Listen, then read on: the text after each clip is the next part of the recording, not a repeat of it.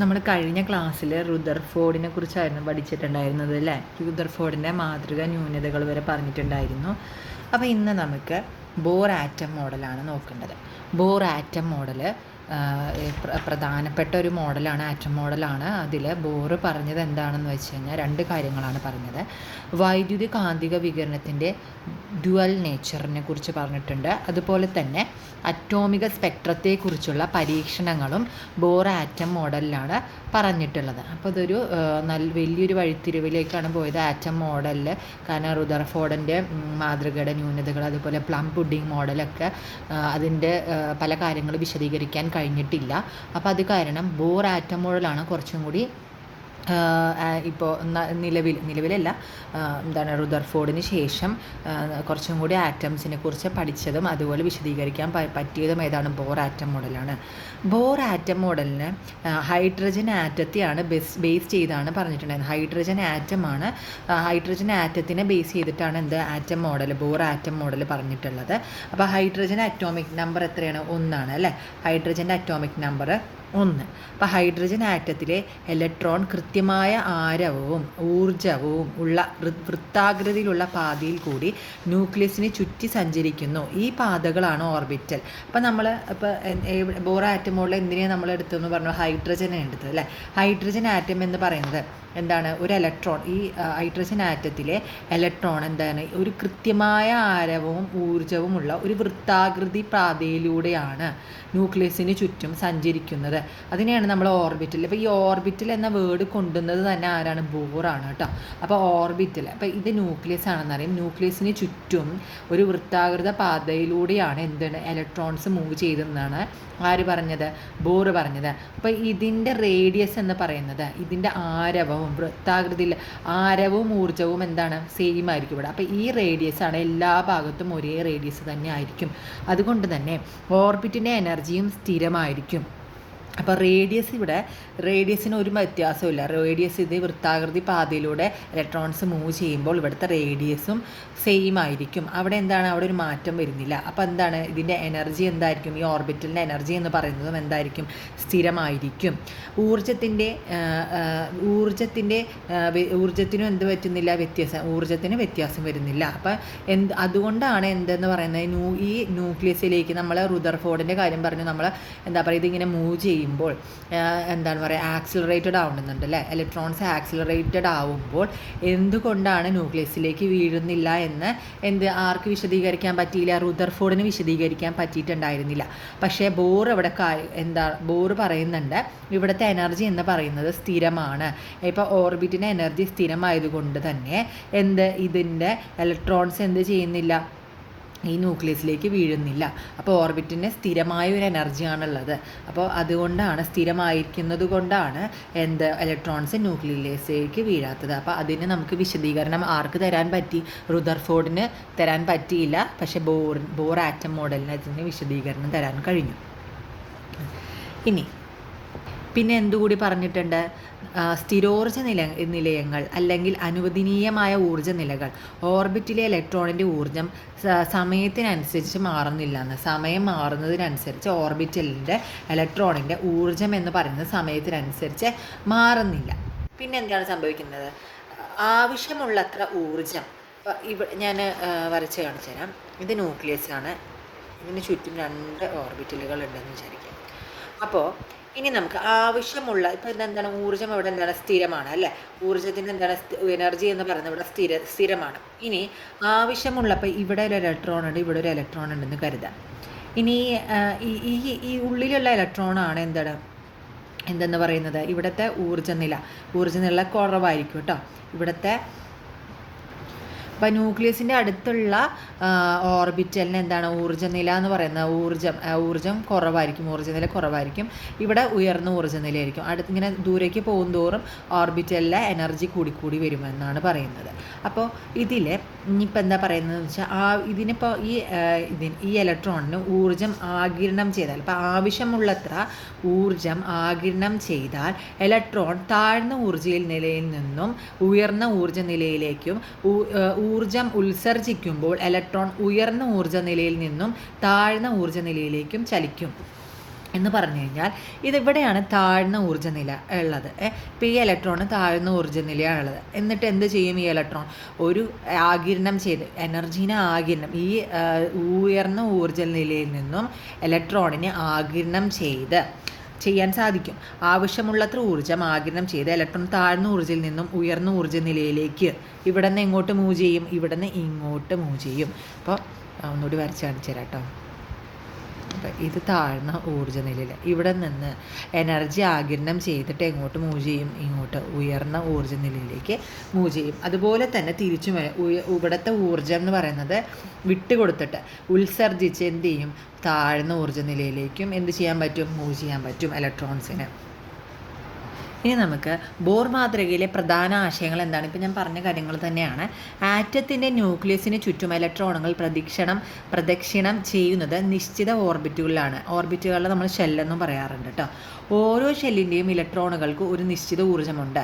അതിനാൽ ഷെല്ലുകളെ ഊർജ്ജനിലയങ്ങൾ, energy levels. അപ്പോൾ ഓരോ ഷെല്ലിനും എന്താണ്? വ്യത്യാസ ഊർജ്ജനിലകളാണുള്ളത്. ഇതിനുള്ള ഊർജ്ജനിലയല്ല ഇതിനുള്ളത്. ഇതിന് താഴ്ന്നതും ഇതിന് ഉയർന്നതുമാണ്. ഒരു നിശ്ചിത ഷെല്ലിൽ പ്രദക്ഷിണം ചെയ്യുന്നിടത്തോളം കാലം ഇലക്ട്രോണുകൾക്ക് ഊർജ്ജം കൂടുകയോ കുറയുകയോ ചെയ്യുന്നില്ല. അതേ ഓർബിറ്റിൽ കൂടെ തന്നെയാണ് മൂവ് ചെയ്യുന്നതെങ്കിൽ അതിന് ഊർജ്ജനിലയ്ക്ക് വ്യത്യാസം വരുന്നില്ല. ആ സ്ഥിരോർജ്ജ നിലയിലാണെന്നാണ് അറിയപ്പെടുന്നത്. അപ്പം ഞാൻ പറഞ്ഞിട്ടുണ്ടായിരുന്നു സ്ഥിരോർജ്ജമാണ് അല്ലേ ഓർബിറ്റിൽ. അതുകൊണ്ടാണ് എന്ത് ചെയ്യുന്നത്? ന്യൂക്ലിയസിലേക്ക് വീഴാത്തതിന് കാരണം ഓർബിറ്റുകൾ സ്ഥിരോർജ്ജ നിലകളിലാണ്. ഇനി ഇമ്പോർട്ടൻ്റ് ആയിട്ടുള്ളൊരു കാര്യമാണ്, ന്യൂക്ലിയസിൽ നിന്നുള്ള അകലം കൂടുന്തോറും ഷെല്ലുകളുടെ ഊർജ്ജം കൂടുന്നു. ന്യൂക്ലിയസിൽ നിന്നും അകലം കൂടുന്തോറും ഷെല്ലുകളുടെ ഊർജ്ജവും എന്താണ്? കൂടുന്നു. ഷെല്ലുകൾക്ക് ന്യൂക്ലിയസിൽ നിന്നും തുടങ്ങി 1, 2 എന്നീ നമ്പർ നൽകി KLMNO എന്നിങ്ങനെ ഒരു പേര് നൽകിയോ സൂചിപ്പിക്കാവുന്നതാണ്. നമുക്ക് ഏത് രീതിയിലും സൂചിപ്പിക്കാം. ഇനി ഞാൻ പറഞ്ഞു, ഊർജ്ജം കൂടിയ ഓർബിറ്റിൽ നിന്ന് ഊർജ്ജം കുറഞ്ഞ ഓർബിറ്റിലേക്ക് ഇലക്ട്രോൺ മാറുമ്പോൾ ഊർജ്ജം പുറത്തേക്ക് വിടുന്നു അല്ലേ. ഊർജ്ജം കൂടിയ ഓർബിറ്റിൽ നിന്നും ഊർജ്ജം കുറഞ്ഞ ഓർബിറ്റിലേക്ക് ഇലക്ട്രോൺ മാറുമ്പോൾ ഇവിടെ നിന്ന് ഇവിടേക്ക് മാറുമ്പോൾ എന്ത് ചെയ്യുന്നു? ഊർജ്ജം പുറത്തേക്ക് വിടുന്നു. ഊർജ്ജം കുറഞ്ഞ ഓർബിറ്റിൽ നിന്ന് ഊർജ്ജം കൂടിയ ഓർബിറ്റിലേക്ക് പോകുമ്പോൾ എന്താണ്? ഇലക്ട്രോൺ മാറുമ്പോൾ ഊർജ്ജം ആഗിരണം ചെയ്യുന്നു. ഈ കാര്യം മനസ്സിലായെന്ന് വിചാരിക്കുന്നു. ഒന്നും കൂടി വായിച്ചു നോക്കിയാൽ മതി കേട്ടോ. ഈസിയാണ് ബോർ ആറ്റം മോഡൽ എന്ന് പറയുന്നത്. പിന്നെ ഞാൻ പറഞ്ഞ കാര്യം, വൈദ്യുതകാന്തിക വികിരണത്തിൻ്റെ ദ്വൈത സ്വഭാവം, അതായത് വികിരണങ്ങൾക്ക് തരംഗ സ്വഭാവം കണികാ സ്വഭാവം ഉണ്ടെന്നുള്ളതും ഇതെല്ലാം ബോർ ആറ്റം മോഡലിൽ പറയുന്ന കാര്യമാണ്. അതുപോലെ അറ്റോമിക് സ്പെക്ട്രത്തെക്കുറിച്ചുള്ള പരീക്ഷണ ഫലങ്ങളും എന്ത് ചെയ്യുന്നുണ്ട്? ബോർ ആറ്റം മാതൃകയിൽ പറയുന്നുണ്ട്. ഇനി നമുക്ക് ബോർ ഫ്രീക്വൻസി ഇക്വേഷൻ എന്താണ്? ആവൃത്തി അല്ലേ, ഫ്രീക്വൻസി ഇക്വേഷൻ എന്താണെന്ന് ചോദിക്കാറുണ്ട്.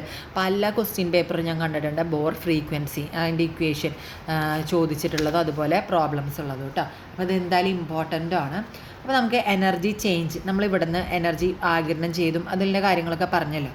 അപ്പോൾ എനർജി ചേഞ്ച് എന്ന് പറയുന്നത് ഡെൽറ്റ ഇ എന്ന് പറയുമ്പോൾ E2 - E1. അവിടുത്തെ എനർജി ചേഞ്ച് എന്നാൽ ഇവിടെ നിന്ന് ആഗിരണം ചെയ്ത് ഇവിടേക്ക് പോകുമ്പോൾ അവിടുത്തെ ചേഞ്ച് എന്ന് പറയുന്നത് എന്താണ്? E2 - E1 ആണ്. Delta E that is equal to E2 - E1. ഇനി നമുക്ക് എനർജിയുടെ ഒരു ഇക്വേഷൻ അറിയാം. E is equal to hν എന്നറിയാം. ന്യൂ എന്ന് പറയുന്നത് എന്താണ്? ഫ്രീക്വൻസിയാണ്. H എന്ന് പറയുന്നത് എന്താണ്? പ്ലാങ്ക്സ് കോൺസ്റ്റൻ്റ് ആണ്.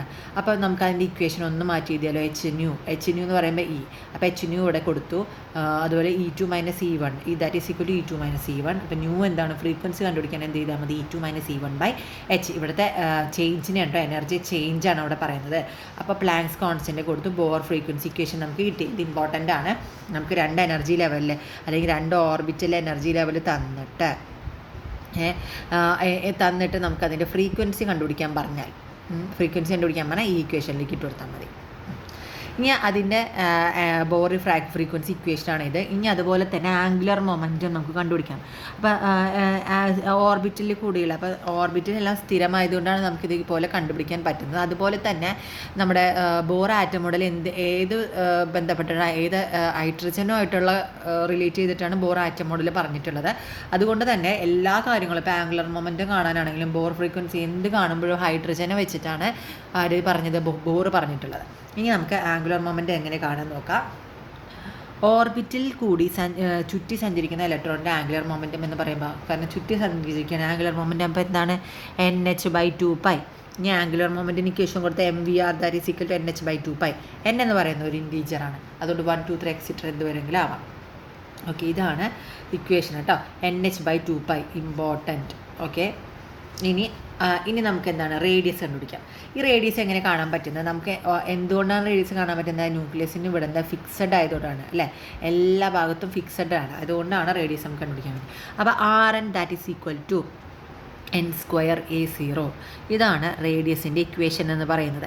A0 എന്ന് പറയുന്നതിന് ഒരു വാല്യൂ ഉണ്ട്, 52.9 പൈക്കോമീറ്റർ ആണ് എന്ത് A0 എന്ന് പറയുന്നത്. n² എന്ന് പറയുന്നത് ഈ ഷെല്ലിൻ്റെ നമ്പറുകളാണ്. അപ്പോൾ നമ്മുടെ ബോർ എന്താണ് പറഞ്ഞിട്ടുള്ളത്? ബോർ ഹൈഡ്രജനെ വെച്ച് പറഞ്ഞത് കൊണ്ട് തന്നെ RN ഈക്വൽ ടു, ഇപ്പോൾ n എന്ന് പറയുന്നത് ഹൈഡ്രജൻ്റെ ആകുമ്പോൾ 1² അല്ല, ഇൻറ്റു 52.19 പൈക്കോമീറ്റർ ആണ്. അങ്ങനെയെങ്കിൽ എന്താ R1 that is equal to 52.9 picometre ആണ്. ഇത് ഓർത്തിരിക്കണം, കാരണം ഇത് ഫസ്റ്റ് ഓർബിറ്റൽ റേഡിയസ് വെച്ചിട്ടാണ് എന്ത് പറഞ്ഞത്, ബോർ പറഞ്ഞത്. അതുകൊണ്ട് തന്നെ ഇതാണ് ബോർ റേഡിയസ് എന്ന് പറയുന്നത്. 52.9 പൈക്കോമീറ്റർ ആണ് ബോർ റേഡിയസ് എന്ന് പറയുന്നത്. ഞാൻ പറഞ്ഞത് എന്താണ്, എനർജി എന്ന് പറയുന്നത് ഫിക്സഡ് ആണ് എന്ന് വെച്ചാൽ സ്ഥിരമാണ്. ഓർബിറ്റിൽ നിന്ന് വേറൊരു ഓർബിറ്റിലേക്ക് പോകുമ്പോൾ മാത്രമാണ് എനർജിക്ക് ചേഞ്ച് വരുന്നുള്ളൂ. അതുകൊണ്ടാണ് നമ്മൾ എന്ത് ഫ്രീക്വൻസി റേഷ്യോ കണ്ടുപിടിച്ച എനർജി ചേഞ്ച് വെച്ചിട്ട്. ഇനി നമുക്ക് എനർജിയുടെ ഇക്വേഷൻ എന്താണെന്ന് നോക്കാം. അതാണ് En that is equal to -RH × 1/n² എന്ന് പറയുന്നത്. അതാണ് റിഡ്ബർഗ്. ഇതിൽ RH എന്ന് പറയുന്നതാണ് റിഡ്ബർഗ് കോൺസ്റ്റൻറ്റ്. ഈ റിഡ്ബർഗ് കോൺസ്റ്റൻറ്റ് ഒരു വാല്യൂ ഉണ്ട്, ഇത് പഠിച്ചു വെക്കണം, -2.18 മീറ്റർ ആണ്. ഓക്കെ, ഇനി n² എന്ന് പറയുന്നത് എന്താണ്, ഹൈഡ്രജൻ ആയതുകൊണ്ട്, ഇപ്പോൾ എല്ലാം ഹൈഡ്രജനിലോട് പറഞ്ഞതുകൊണ്ട് 1 ആയിട്ടാണ് നമ്മൾ എടുക്കുക. അങ്ങനെയാണെങ്കിൽ E1 that is equal to -RH × 1/1² minus ഇവിടെ ഇട്ടു 2.18 × 1. അപ്പോൾ നമുക്ക് എന്ത് കിട്ടി, -2.18 എന്ന് കിട്ടി. അപ്പോൾ ഇതാണ് എനർജിയുടെ ഇക്വേഷൻ എന്ന് പറയുന്നത്. പക്ഷേ എല്ലാ ബോർ ആറ്റം മോഡലിൽ എന്ത് ബേസ് ചെയ്തിട്ടാണ്, ഹൈഡ്രജനെ ബേസ് ചെയ്തിട്ട് മാത്രമാണ് പറഞ്ഞത്. പക്ഷേ പിന്നീടുള്ള സയൻറ്റിസ്റ്റ് ഇതിനൊരു മാറ്റം വരുത്തി. അതാണ് ഈ ഇക്വേഷൻ. എന്താണ്, En that is equal to -RH × Z/n². Z എന്ന് പറയുന്നത് എന്താണ്, അവിടെ അറ്റോമിക് നമ്പറിൽ വരുന്ന മാറ്റങ്ങളാണ് നമ്മളിവിടെ എഴുതേണ്ടത് കേട്ടോ. അപ്പോൾ ഇതാണ് മാറ്റം വരുത്തിയ ഇക്വേഷൻ. അപ്പോൾ ഇതെന്തായാലും പഠിക്കേണ്ടതാണ്. ഇനി നമുക്ക് ഇപ്പോൾ ഈ ഇക്വേഷൻ പഠിക്കണം, അതുപോലെ റേഡിയസിൻ്റെ ഇക്വേഷൻ ഓർമ്മ വേണം, അതുപോലെ വേവ് ഫ്രീക്വൻസി വേണം, ഈ ആംഗുലർ മൊമെൻറ്റം. ഇത്രയുമാണ് നമ്മൾ ബോർ ആറ്റം മോഡലിൽ പഠിക്കുന്ന ഇക്വേഷനുകൾ. ഇനി നമുക്ക് ഇതിൻ്റെ എന്താ പറയുക, ബോർ ആറ്റം മോഡലിന് കുറച്ച് ന്യൂനതകളുണ്ട്. അതിൻ്റെ കൂടെ തന്നെ നമുക്ക് ബോറാണ് നമുക്ക് ഡ്യുവൽ നേച്ചറിനെ കുറിച്ച് പറഞ്ഞത്, ഡ്യുവൽ നേച്ചറിനെ കുറിച്ച് പറഞ്ഞെങ്കിലും തരംഗ സ്വഭാവത്തിനെ കുറിച്ച് ആദ്യമായി പറഞ്ഞത് ആരാണ്? മാക്സ്വെൽ ആണ് അല്ലേ. ഇലക്ട്രോ മാഗ്നറ്റിക് തിയറിയെക്കുറിച്ച് പ്രസ്താവിച്ചത് ആരാണ്? മാക്സ്വെൽ ആണ്. അപ്പോൾ വൈദ്യുതി ചാർജുള്ള കണികകൾ ത്വരണത്തോടു കൂടെ ചലിക്കുമ്പോൾ ഇടവിട്ടുള്ള വൈദ്യുതി കാന്തിക മണ്ഡലങ്ങൾ നിർമ്മിക്കപ്പെടും അല്ലേ. ഒരു വൈദ്യുതി ചാർജുള്ള കണികൾ ആക്സിലറേറ്റഡ് കൂടി ചലിക്കുമ്പോൾ എന്താണ്, അവിടെ ഒരു വൈദ്യുതി കാന്തിക മണ്ഡലങ്ങൾ ഉണ്ടാകുന്നുണ്ട്. അതാണ് എന്ത് പറയുന്നത്, വൈദ്യുത കാന്തിക തരംഗങ്ങൾ എന്ന് പറയുന്നത്. അതുപോലെ തന്നെ പ്രകാശ തരംഗങ്ങൾ വേവ് നേച്ചർ മാത്രമാണ് ലൈറ്റ്. പ്രകാശ തരംഗങ്ങൾ എന്താണ്, ദോലനം ചെയ്യുമ്പോൾ അവിടെ ഉണ്ടാവേണ്ട വൈദ്യുതിക കാന്തിക സ്വഭാവം ഉള്ളതാണെന്ന് ആദ്യമായി വെളിപ്പെടുത്തിയതും ആരാണ്? മാക്സ്വെൽ തന്നെയാണ്. അപ്പോൾ ഇതിനെക്കുറിച്ചൊക്കെ ബോർ ആറ്റം മോഡൽ പറയുന്നുണ്ടെങ്കിലും ആദ്യമായിട്ട് നമ്മുടെ ഡ്യുവൽ നേച്ചറിനെ കുറിച്ച് പറഞ്ഞത് ആരാണ്? മാക്സ്വെൽ ആണ്. അത് മറക്കരുത് കേട്ടോ.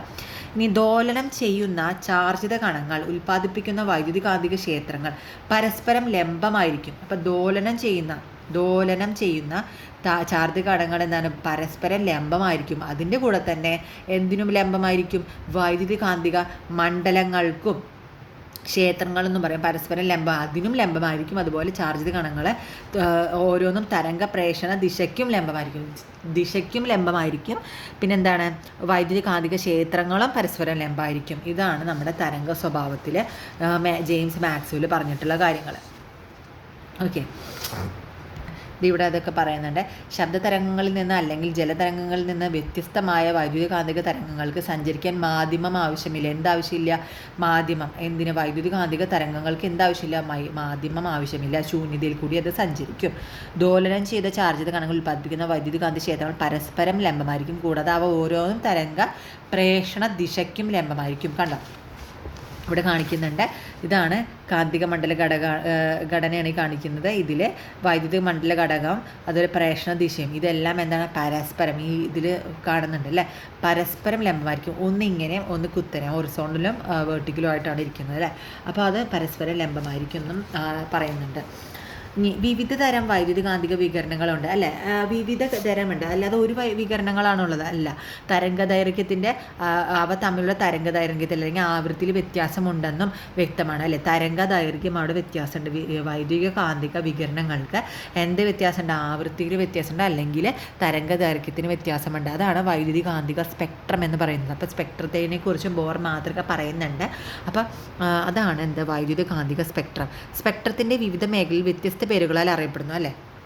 സ്പെക്ട്രത്തിന് പല പേരുകളുണ്ട്. റേഡിയോ ആക്ടിവിറ്റി എന്ന് പറയും, UV ഉണ്ട്, അതുപോലെ പല പല പേരുകളുണ്ട്. അപ്പോൾ നമുക്ക് അടുത്ത ക്ലാസ്സിൽ പഠിക്കാം. ആദ്യം നമുക്കൊന്ന് ബോർ ആറ്റത്തിൻ്റെ ഇത് പഠിക്കേണ്ടതാണ്. ബോർ ആറ്റത്തിൻ്റെ ന്യൂനതകൾ എന്താണെന്നും കൂടി ഒന്ന് നോക്കാം.